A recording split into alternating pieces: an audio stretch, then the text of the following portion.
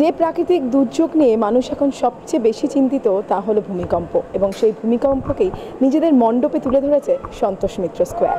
কী ব্যাপার, কীভাবে তুলে ধরেছেন সেটা জানানোর জন্য আমাদের সঙ্গে আছেন আমাদের খুব প্রিয় প্রদীপ দা। নমস্কার দাদা। আচ্ছা, কি বিষয়টা যদি একটু ডিটেলে বলেন। দেখুন, বিগত কয়েক দশক ধরে পরপর পৃথিবীর বিভিন্ন প্রান্তে, বিভিন্ন রাষ্ট্রে, বিভিন্ন রাজ্যে ক্রমাগত ভূমিকম্প হচ্ছে, এবং সেই ভূমিকম্প হলে এক একটা জায়গায় ব্যাপক ক্ষয়ক্ষতি হচ্ছে। এই যখন কিছুদিন আগে মাদার টেরেজাকে সেন্টহুড দেওয়ার ব্যাপার এলো, ঠিক সেই সময় দেখা গেল যে ইটালিতে ব্যাপক ভূমিকম্প হলো, তারপরে ফিলিপিন্সে হলো, তার আগে ভারতবর্ষ বেশ নাড়াচাড়া খেলো, নেপালে হলো।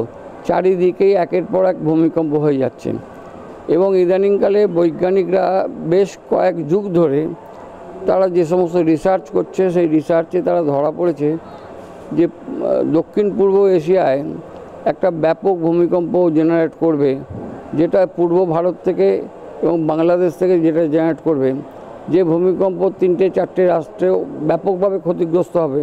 এবং তারা আশঙ্কা করছেন একই ওই ভূমিকম্পের ফলে 20-25 কোটি লোক একসঙ্গে মারা যাবে, এবং সম্পত্তির ক্ষতিয়ায়ন করতে তারা এখনও পারেনি।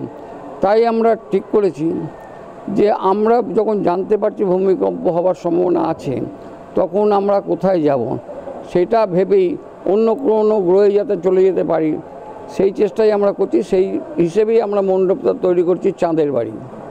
আচ্ছা, তো এই মণ্ডপে বিশেষত্ব কি যদি বলা হয় তাহলে কি বলবেন?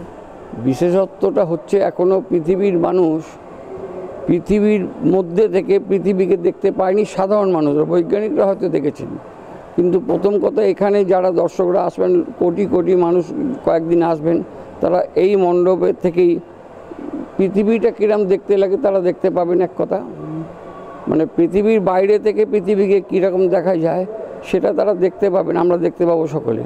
এবং কোথায় চলে গেলে আমাদের বাঁচার সম্ভাবনা একটা থাকতে পারে, সেই হিসেবেই আমরা বেছে নিয়েছি চাঁদের বাড়ি তৈরি করছি এটা। আচ্ছা, এখানে মণ্ডপ সজ্জা কে করেছেন এবং প্রতিমা কে বানিয়েছেন যদি বলেন? মণ্ডপ সজ্জা পুরোপুরি এই পরিকল্পনাটা আমার মাথা থেকে এসছে, এবং এখানে যতদিন ধরে এই থিম শব্দটা সংবাদ মাধ্যমে এসছে আমার হাত ধরে, এবং এই পুজো কমিটির হাত ধরে 1996 সালে যখন নেতাজি সুভাষচন্দ্র বোসের জন্ম শতবর্ষ ছিল, তখন আমরা কামাতা মারু জাহাজ তৈরি করেছিলাম। তারপর পর আমরা একের পর একই জিনিস তৈরি করি না। মন্দির, মসজিদ, গির্জা, চিরাচরিত পথে আমরা তৈরি করি না। তাই এত লোকের আকর্ষণ আমরা এখানে ধরে রাখতে পেরেছি এখনও। গতবারে যেমন আমরা করেছিলাম উড়ন্ত চাকি, ঘুরন্ত প্যান্ডেল, তারও মানে ছিল। এবারেও সেটা করেছি। এটা করছে শ্রীকৃষ্ণ ডেকোরেটর, মেদিনীপুরে, আর ঠাকুর তৈরি করছেন মিন্টু পাল। আচ্ছা, কত বছর হলো এই পুজোর? 81 বছরে আমরা পা দিলাম এই বছর নিয়ে। আচ্ছা, সিটির সেরা আপ্যায়ন অ্যাওয়ার্ড নিয়ে নিশ্চয়ই আপনি জানেন, তো যারা আসবেন গেস্ট হিসেবে তাদের জন্য কি আপ্যায়নের ব্যবস্থা আপনি করেছেন? শুনুন, প্রথম কথা বলি, 81 বছরের মধ্যে আমরা কোনোদিন কোনো প্রতিযোগিতায় লিখিতভাবে নামটাম দিই না। কেউ যদি স্বেচ্ছায়, কোনো প্রতিষ্ঠান যদি স্বেচ্ছায় আসতে চান, তাদের আমাদের সাধ্য মতন আমরা আপ্যায়ন নিশ্চয়ই করব, কিন্তু আমরা ফর্ম ফিল আপ করে কখনো কোনো কম্পিটিশানে নাম দিই না। কম্পিটিশানের প্রত্যাশা আমরা করি না। আমরা চাই মানুষ, কত লক্ষ মানুষ, কত কোটি মানুষ কদিনে এলেন, কি তারা দেখলেন, কি ভালো বললেন, কি খারাপ বললেন, সেটাই আমাদের পাথেয় বলে আমরা মনে করি। তবুও জানতে চাইবো যে আপ্যায়ন অ্যাওয়ার্ডের অংশ হতে পেরে আপনি কতটা খুশি? দেখুন, আবার বললাম, অ্যাওয়ার্ডের প্রত্যাশা নিয়ে আমরা কখনো পুজো করিনি। আমরা মা দুর্গাকে আরাধনা করব বলি, মায়ের কাছে আমাদের প্রার্থনা জানাবো বলি, মায়ের কাছে আশীর্বাদ চাইবো বলি আমরা পূজার্চনার আয়োজন করেছি এবং করে থাকি। অতীতেও আমাদের পূর্বপুরুষেরা করেছেন এখানে, আবার আমরা করছি। অর্থাৎ অ্যাওয়ার্ডটা আমাদের বড় কথা না, অ্যাওয়ার্ড মানুষ এলেন কি না, মানুষ দেখে ভালো বললেন কি না, খারাপ বললেন কি না, যেটাই বলে তখন তারা আসতে বাধ্য হন, আসতে বাধ্য হবেন, এটা নিশ্চিতভাবে বলতে পারি। এটাই আমাদের কাছে award. Thank you so much.